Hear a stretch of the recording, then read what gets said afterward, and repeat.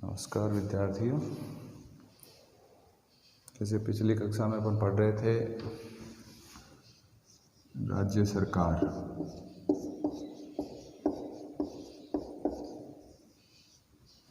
राज्य सरकार का पहला बिंदु कंप्लीट हो गया था, जिसे अपन व्यवस्थापिका कहते हैं। अब आगे पढ़ेंगे दूसरा बिंदु, कार्यपालिका।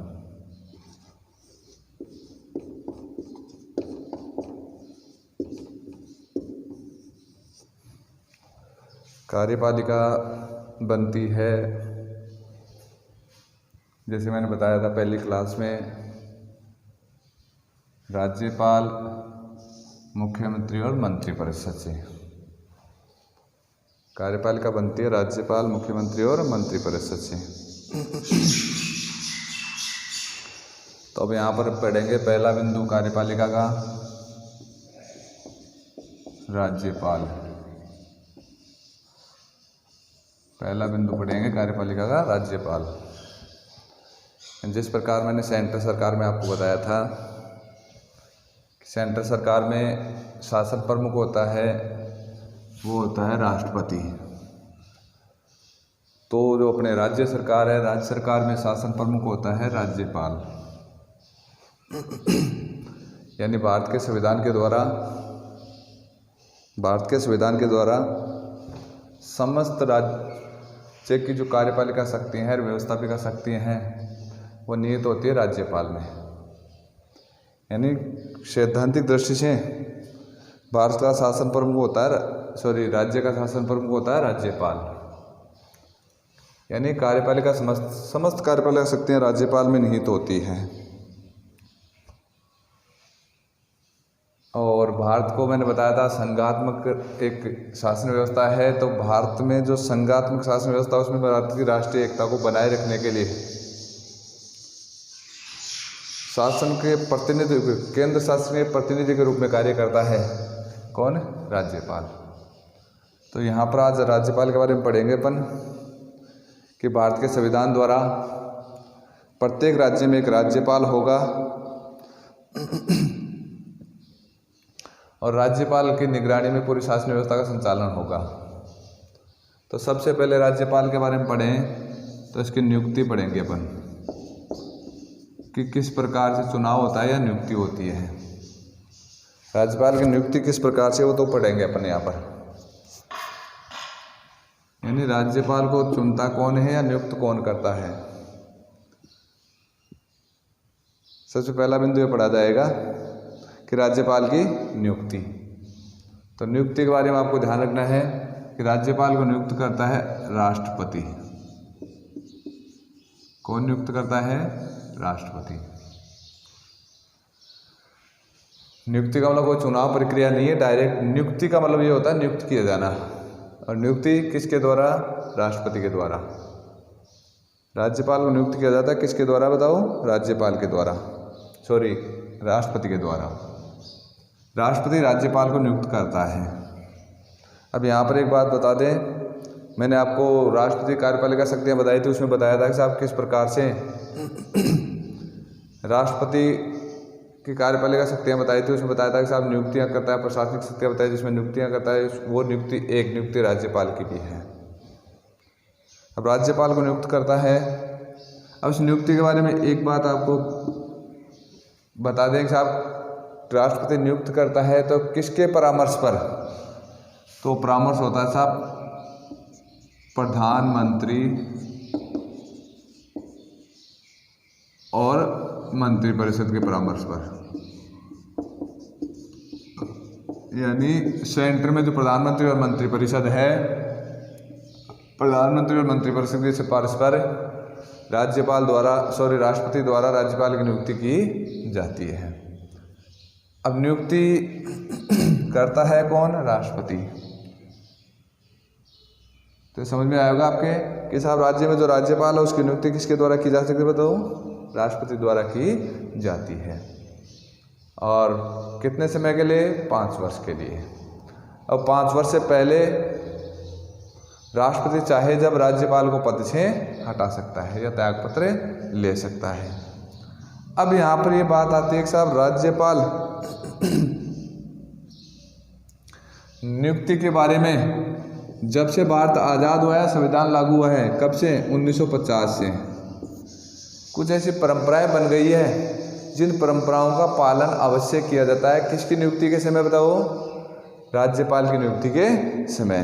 कुछ स्वस्थ परंपराएं बन गई है जिन परंपराओं का पालन किया जाता है। किसकी नियुक्ति के समय बताओ? राज्यपाल की नियुक्ति के समय। तो स्वस्थ परंपराएं देखो यहाँ पर। पहली परंपरा क्या है? पहली परंपरा है कि जिस राज्य का राज्यपाल बनना है उस राज्य का वो व्यक्ति नहीं होना चाहिए।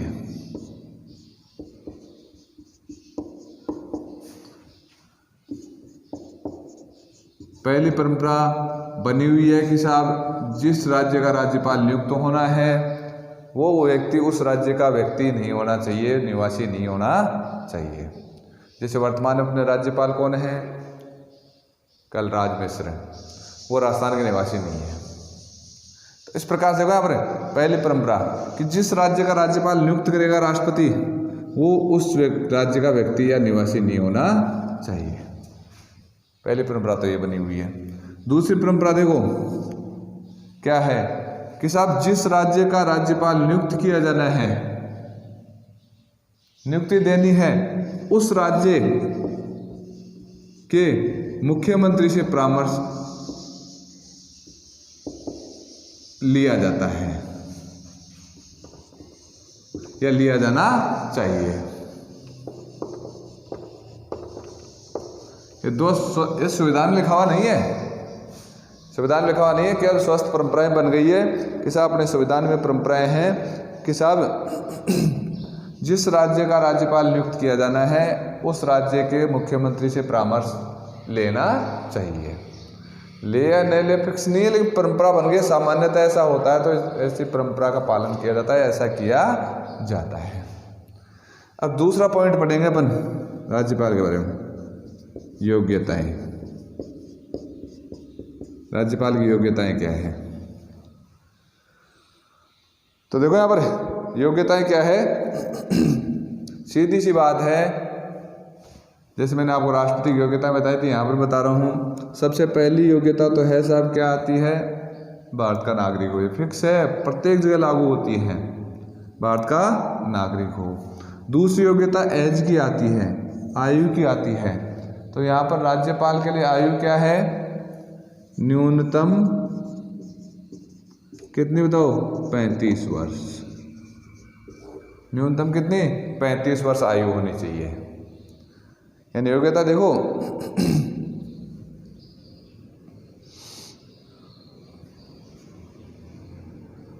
नियुक्ति के बारे में योग्यताएं क्या है कि पहली योग्यता था भारत का नागरिक हो। क्या योग्यता है?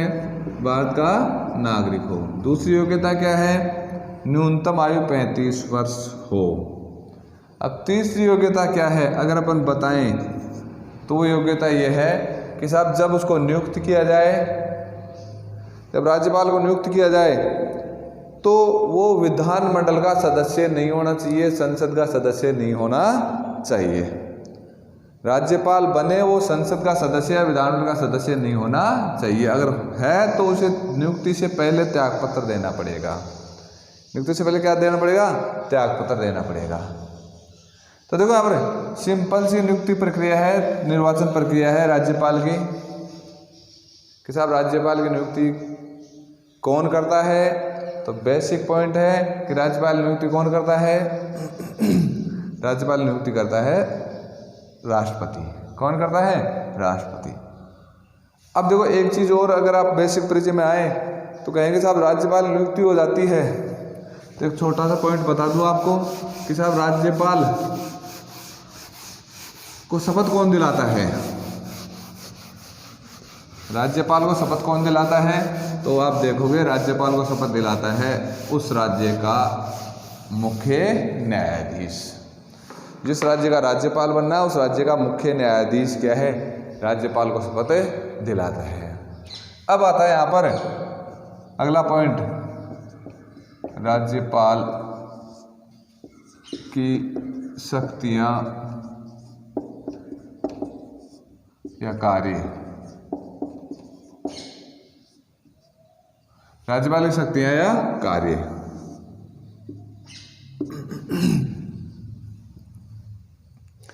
या राज्यपाल की शक्तियां कार्य। तो इसमें देखो यहाँ पर, जैसे मैंने कहा कि साहब भारत के प्रत्येक राज्य में एक राज्यपाल होगा, केंद्र के प्रतिनिधि के रूप में कार्य करेगा वो, और उस राज्य का प्रथम व्यक्ति होगा, और उसकी सलाह के लिए मंत्रिपरिषद होगी, और मंत्रिपरिषद का मुखिया होगा मुख्यमंत्री। तो देखो यहाँ पर, अब यहाँ पर इसकी शक्तियाँ देखते हैं।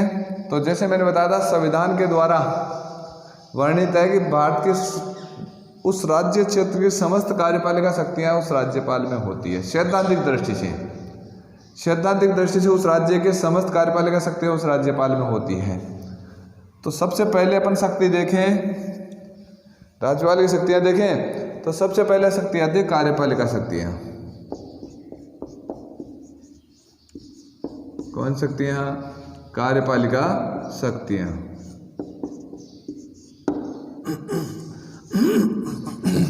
सबसे पहले आती है कार्यपालिका शक्तियाँ। अब देखो यहाँ पर, जैसे मैंने बताया कि साहब राज्य क्षेत्र की समस्त कार्यपालिका शक्तियाँ निहित होती है राज्यपाल में। जैसे मान लो राजस्थान का राज्यपाल है, तो राजस्थान के राज्य की समस्त कार्यपालिका शक्तियाँ राजस्थान के राज्यपाल में होगी। तो समस्त राज्यपाल जो शक्तियाँ होती है, वो शक्तियाँ क्या है, किस में होती है? राज्यपाल में होती है। और राज्यपाल उन शक्तियों का उपयोग किस प्रकार करता है कि साहब जैसे मान लो मंत्रिपरिषद के माध्यम से, मुख्यमंत्री के माध्यम से, और अपने अधीनस्थ अधिकारियों के माध्यम से उन शक्तियों का उपयोग राज्यपाल द्वारा किया जाता है। राज्यपाल द्वारा उन शक्तियों का उपयोग किस प्रकार किया जाता है? तो अपन देखें कि राज्यपाल द्वारा उन शक्तियों का उपयोग अपने अधीनस्थ कर्मचारियों के माध्यम से, अधिकारियों के माध्यम से, और प्रधानमंत्री, मुख्यमंत्री और मंत्रिपरिषद के माध्यम से उनका उपयोग किया जाता है। यानी यहाँ पर देखो कि साहब कार्यपालिका शक्तियों में आगे देखें मैंने कि राज्य क्षेत्र की जितनी भी नियुक्तियां होती है, इसमें राष्ट्रपति की कार्यपालिका शक्तियों में बताया था, वैसे राज्यपाल की कार्यपालिका शक्तियों में पढ़ेंगे अपन कि राज्य क्षेत्र की समस्त जो कार्यपालिका शक्तियां, जिसमें नियुक्तियां, राज्य क्षेत्र की जितनी भी नियुक्तियां होती है, वो समस्त नियुक्तियां किसके द्वारा की जाती है? किसके द्वारा की जाती है? राज्यपाल के द्वारा की जाती है। जैसे अपन देखें मुख्यमंत्री की नियुक्ति करना, मुख्यमंत्री की नियुक्ति कौन करता है? राज्यपाल। मुख्यमंत्री के परामर्श से किसकी बताओ? मंत्रियों की नियुक्ति कौन करता है? राज्यपाल। और मंत्रियों के विभागों का बंटवारा कौन करता है? राज्यपाल। किसके परामर्श से? मुख्यमंत्री के परामर्श से। तो कार्यपालिका शक्तियाँ देखो पर क्या होगी कि साहब समस्त नियुक्तियाँ, जैसे मान लो साहब उच्च न्यायालय न्यायाधीश की नियुक्ति की जाती है, तो उस समय क्या है, कुछ परामर्श लिया जाता है राज्यपाल से, राष्ट्रपति के द्वारा। और अन्य जो जैसे राज्य लोक सेवा आयोग है, उसकी नियुक्ति है, उसके बारे में परामर्श राज्यपाल से लिया जाता है। और अन्य जो नियुक्तियां हैं, जैसे मुख्यमंत्री की नियुक्ति है, मंत्रिपरिषद के सदस्यों की नियुक्ति है, मंत्रियों के विभागों में बंटवारा है, मंत्रियों से त्यागपत्र लेना है, मंत्रियों को नियुक्त करना है, ये सारी शक्ति किसके पास होती है? राज्यपाल के पास होती है। किसके पास होती है? राज्यपाल की। तो ये हो गई साहब आप कौन सी? कार्यपालिका शक्तियाँ। दूसरी आती है साहब आपके विधायी शक्तियाँ। कौन शक्तियाँ बताओ? विधायी शक्तियाँ।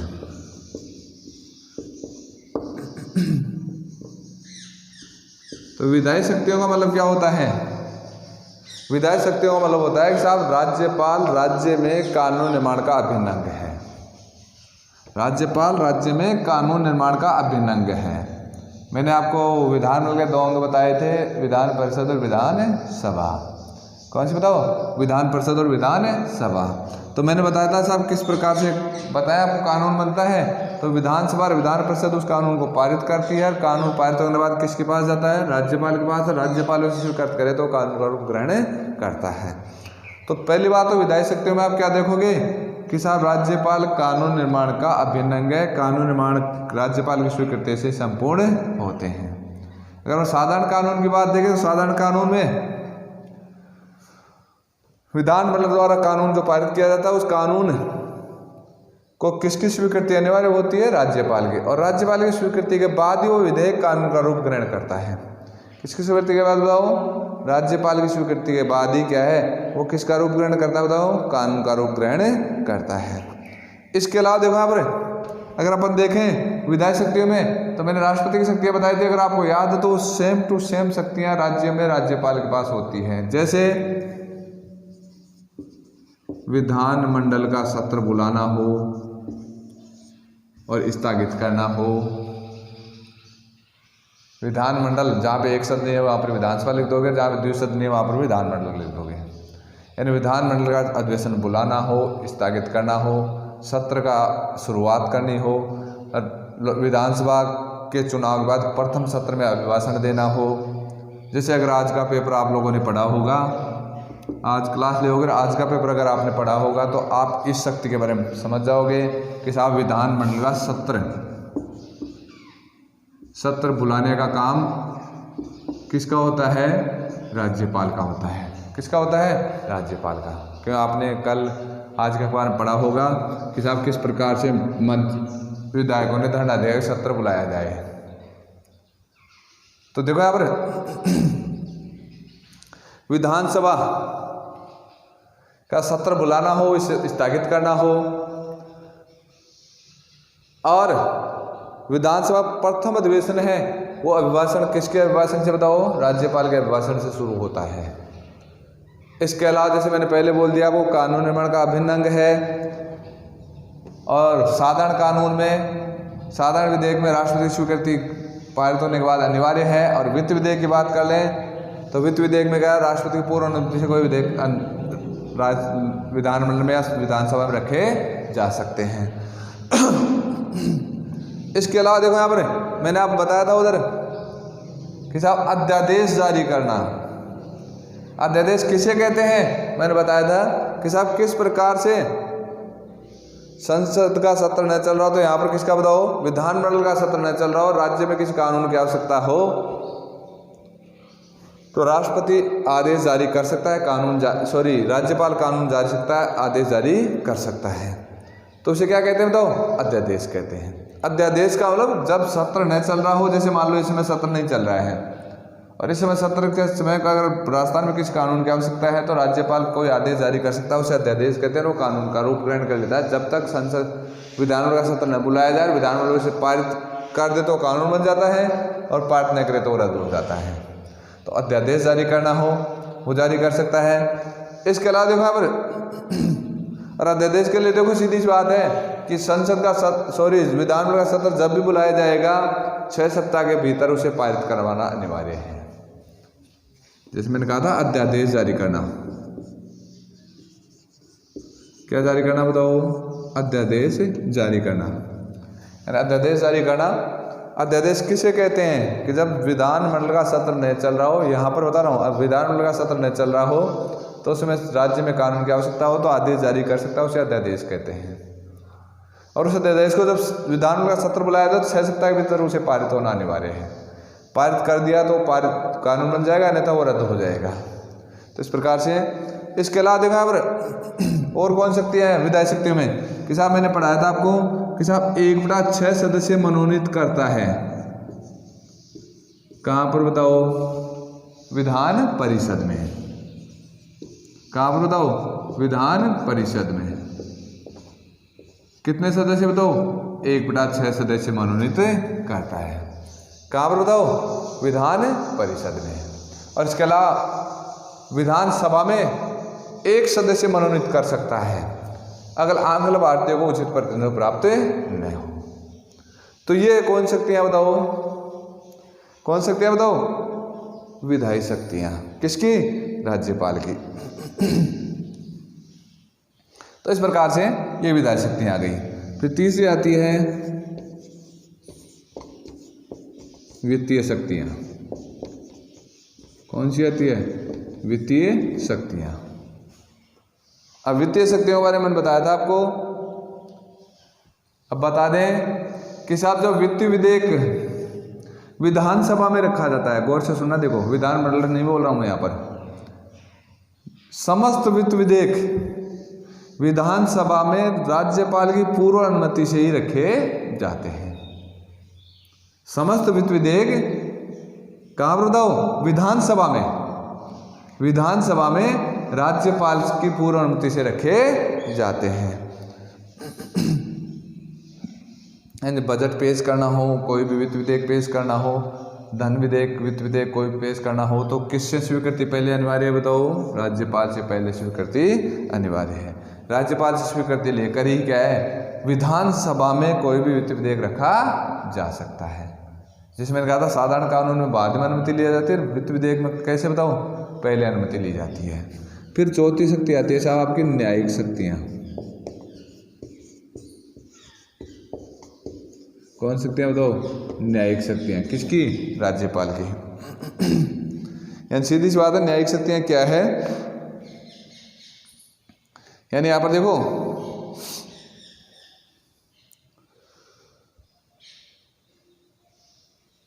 क्या है न्यायिक शक्ति? अनुच्छेद 161 के तहत, अनुच्छेद 161 के तहत क्या है न्यायिक शक्ति राज्यपाल को? कि राज्य में उच्च न्यायालय द्वारा, ध्यान रखना, राज्य में उच्च न्यायालय के द्वारा सजा प्राप्त किसी व्यक्ति, राज्य में उच्च न्यायालय के द्वारा सजा प्राप्त किसी व्यक्ति की सजा को कम कर सकता है, परिवर्तित कर सकता है, माफ भी कर सकता है। कौन कर सकता है? राज्यपाल। मैं राष्ट्रपति बताई थी, यहाँ पर तुलना करके बता रहा हूँ। राज्यपाल, राज्यपाल का मतलब है राज्यपाल उस राज्य क्षेत्र में कौन सा का न्यायालय बताओ? क्यों राज्य क्षेत्र का सर्वोच्च न्यायालय कौन सा है? उच्च न्यायालय। उच्च न्यायालय द्वारा सजा प्राप्त किसी भी व्यक्ति को सजा को कम कर सकता है, परिवर्तित कर सकता है, माफ भी कर सकता है। ये है साहब राज्यपाल की कौन शक्तियां बताओ? न्यायिक शक्तियां।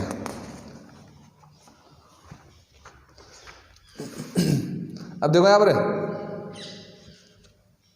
ये तो सामान्य शक्तियां हो गई राज्यपाल की। अब यहां पर एक पॉइंट पढ़ेंगे अपन राज्यपाल के बारे में। क्यों राज्यपाल के बारे में राजनीति में कई विचार विमर्श चलते रहते हैं कि राज्यपाल का पद है वो क्या है, कई समस्याओं से घिरा हुआ है। कई बार क्या है, कई समस्याएं उत्पन्न होती हैं। इसमें एक शक्ति थोड़ी सी और रह गई जिसको मैं बता दूं आपको, विविध शक्तियां।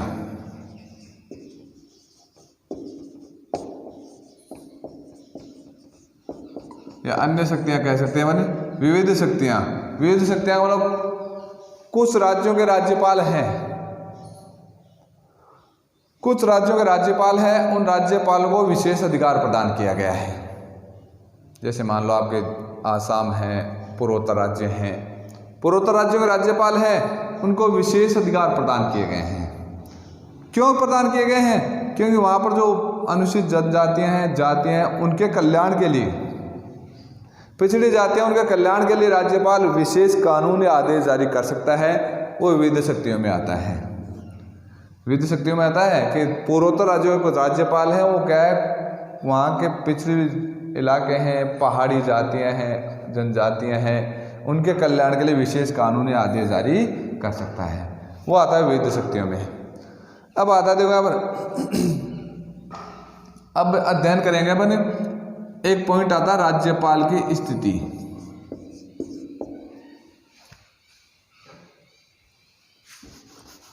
राज्यपाल की स्थिति,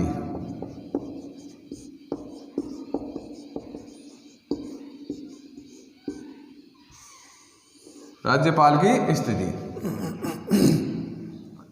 क्या है? देखो राज्यपाल की स्थिति का बारे में विचार विमर्श विद्वानों में क्या है, विचार विमर्श का महत्वपूर्ण बिंदु रहा है। क्या रहा है कि साहब देखो राज्यपाल, अब विषय क्यों रहा है, क्यों राज्य सरकारें आरोप प्रत्यारोप लगाती रहती है कि साहब वो क्या है, राज्य सरकार के कार्यों में क्या है, दखल करता है। केंद्र द्वारा राज्यपाल के माध्यम से उनके कार्यों को कंट्रोल करने का प्रयास किया जाता है। और केंद्र का कहना है कि राज्यपाल भारत की राष्ट्रीय एकता को बनाए रखने में और राज्य की सरकार है उसको निरंकुश होने में रोकने में महत्वपूर्ण भूमिका निभाता है। और अगर अपन सार रूप में पढ़े, अपन इनकी शक्तियों का अध्ययन करें ढंग से, तो पाएंगे कि साहब राज्यपाल की जो समझ शक्तियाँ हैं उन शक्तियों का उपयोग किसके द्वारा किया जाता है? मुख्यमंत्री और मंत्रिपरिषद के द्वारा किया जाता है। तो यहाँ पर अपन देखें कि साहब राज्यपाल की स्थिति क्या है। तो राज्यपाल की स्थिति देखो, सीधी सी बात है, सामान्य काल में राज्यपाल एक तरह से नाम मात्र का शासक होता है और उसे क्या है, किसके निर्देश पर चलना होता है? उसको एक तरह से मंत्रिपरिषद और मुख्यमंत्री के निर्देशों के अनुसार कार्य करना होता है। लेकिन अगर राज्यपाल की स्थिति की तुलना अगर राष्ट्रपति से करें, ध्यान से सुना इस बात को, राज्यपाल की स्थिति की तुलना राष्ट्रपति से करें तो राष्ट्रपति से कुछ बेहतर स्थिति राज्य में राज्यपाल की होती है। मैंने राष्ट्रपति की स्थिति के बारे में आपको बताया था। राष्ट्रपति क्या है, एक तरह से नाम मात्र का शासक होता है और राष्ट्रपति को अंततः कार्यपालिका और प्रधानमंत्री, जिसमें मंत्रिपरिषद और प्रधानमंत्री की बात को स्वीकार करना ही पड़ता है। लेकिन राज्यपाल है, राज्यपाल की स्थिति कुछ बेहतर है या कुछ मजबूत है, कहाँ पर बताओ? राज्य में। तो वो बेहतर कैसे है, किस प्रकार से है? तो यहाँ पर अपन पढ़ेंगे राज्यपाल की स्वयं की शक्तियाँ।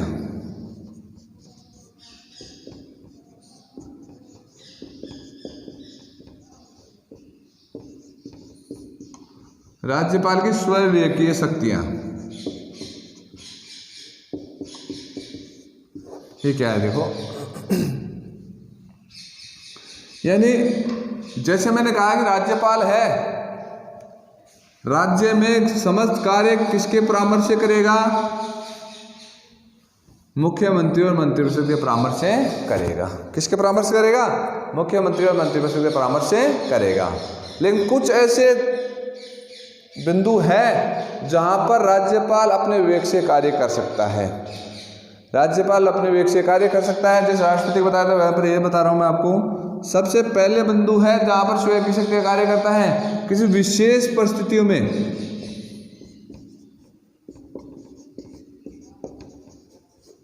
विशेष परिस्थितियों में किसका चयन बताओ? मुख्यमंत्री का चयन।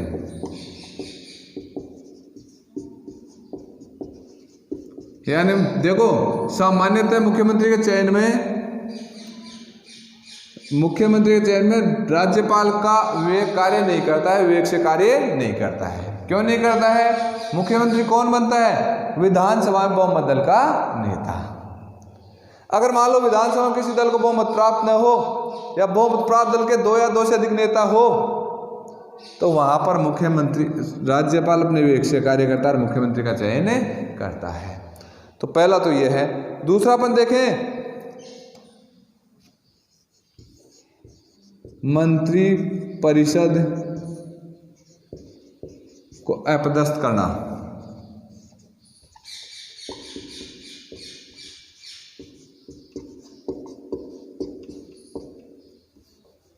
मंत्री परिषद को अपदस्थ करना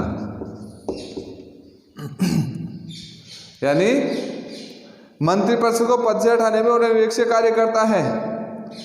फिर आता है, मैंने बताया था विधायी शक्तियों में, वही विषय की शक्तियों में अपन देख सकते हैं आगे कि साहब तीसरी शक्ति कौन सी विषय की, तो वो देखें तो तीसरी शक्ति होती है, मैंने बताया ना भी आपको, विधानमंडल का अधिवेशन बुलाना और स्थगित करना।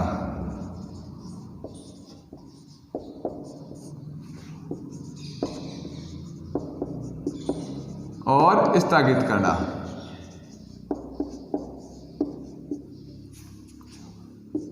विधान मंडल का अधिवेशन बुलाना और स्थगित करना, ये अपने विवेक से कार्य करता है। इसके अलावा आपके विधानसभा का विघटन, चौथा क्या आता है? विधानसभा का विघटन।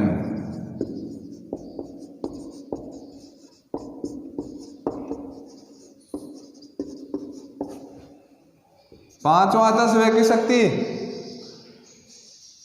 वो होती है आपके मुख्यमंत्री से सूचना प्राप्त करना। किससे सूचना प्राप्त करना बताओ? मुख्यमंत्री से।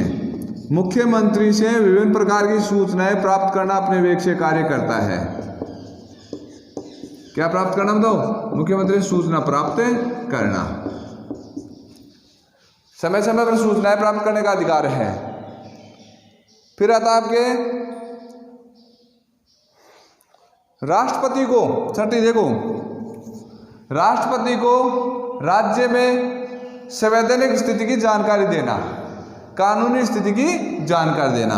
तो छठी क्या आती है? राष्ट्रपति को राज्य की कानूनी स्थिति की जानकारी देना। किसकी जानकारी देना? कानूनी स्थिति की जानकारी देना। अब ये सातवीं है, देखो ये बहुत महत्वपूर्ण है, ध्यान रखना इसको। वैसे मैंने बताया था विधायी शक्तियों में बताया था, राज्यपाल विधानमंडल द्वारा बनाए कानून को सिग्नेचर करता है। अब इस पोजीशन में क्या राज्यपाल ज्यादातर बाध्य होता है कि साहब एक बार वापस भेज दिया तो दूसरी बार उसको साइन करना ही होगा। लेकिन राज्यपाल के पास एक अचूक अस्त्र होता है, वो अपने वेग से करता है कि विधानमंडल द्वारा बनाए गए कानून या विधेयक को किससे बताओ? राष्ट्रपति से विचार के लिए भेजना। किससे विचार के लिए भेजना बताओ? राष्ट्रपति से विचार के लिए भेजना। किसको बताओ? विधेयक को। यानी कुछ विधेयक ऐसे लगे राज्यपाल को कि साहब ये राज्य की स्थिति के अनुसार नहीं है, तो उन विधेयकों को क्या है, उस विधेयक को राष्ट्रपति की विचार विमर्श के लिए अपने पास रख सकता है, राष्ट्रपति विचार विमर्श के लिए भेज सकता है। वो अपने वेग से कार्य करता है। फिर आता है विधानमंडल द्वारा अपने कानून को अस्वीकृत करना या पुनर्विचार के लिए लौटाना। यानी देखो यहाँ पर पुनर्विचार के लिए लौटाता है तो उस पर किसी का दबाव नहीं होता, अपने विवेक से कार्य करता है। जैसे मान लो विधानमंडल ने पारित किया कोई विधेयक, वो राज्यपाल के पास है और राज्यपाल उसे दोबारा वापस विचार के लिए लौटा सकता है। फिर आता है कोई आदेश, अध्यादेश है, मैंने अध्यादेश बताया था। अध्यादेश वैसे तो देखो मैंने राज्यपाल कार्य बताया, लेकिन अध्यादेश सामान्यतः मंत्रिपरिषद द्वारा राज्यपाल को दिया जाता है, राज्यपाल उसको आदेश को जारी कर सकता है। तो जिस प्रकार से किसी विधेयक को राष्ट्रपति के विचार के लिए भेज दिया, उसी प्रकार राज्यपाल अध्यादेश को भी क्या है, किसी विचार विमर्श के लिए बताओ, राष्ट्रपति से विचार विमर्श के लिए भेज सकता है।